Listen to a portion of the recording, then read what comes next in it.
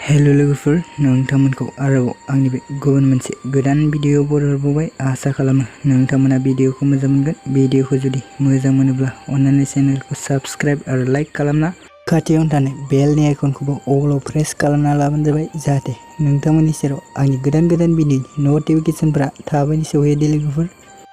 दिनै आं मोनसे बर'नि आबुं सावथुननि सायाव आपडेट लानानै फैदों लोगोफोर। अलंबार प्रडाक्शन प्रेजेन्ट आरो बर'नि मुंदांखा डाइरेक्टर प्रबिन गयारीजों डाइरेक्शन खालामजानाय बर'नि आबुं सावथुन। बे बर'नि आबुं सावथुननि टाइटेलानो जाहैबाय दोहौ। बे दोहौ बर' आबुं सावथुननि ट्रेलारखौ जोंहा माखासे साननि सिगाङावसो आपल'ड होबाय लोगोफोर। आसा खालामो नोंथांमोना बे बर'नि आबुं सावथुन दोहौखौ अनसायगोन होनना। बर'नि मुंदांखा डाइरेक्टरजों डाइरेक्शन खालामजानाय बे बर'नि आबुं सावथुनाव गोबां बर'नि फावगिरिफोरनि फाव खालामनायखौ नोंथांमोना बे आबुं सावथुनाव नुनो मोनगोन लोगोफोर।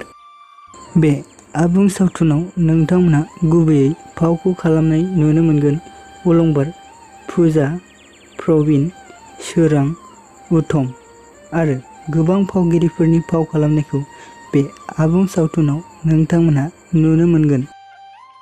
बे आबुं बर' सावथुननि स्ट'रि आरो स्क्रिप्टखौ लिरदों प्रबिन गयारी आरो बे आबुं बर' सावथुनाव मेथाइखौ रोजाबदों निथामनि आरो केडी बलाराम कैलास।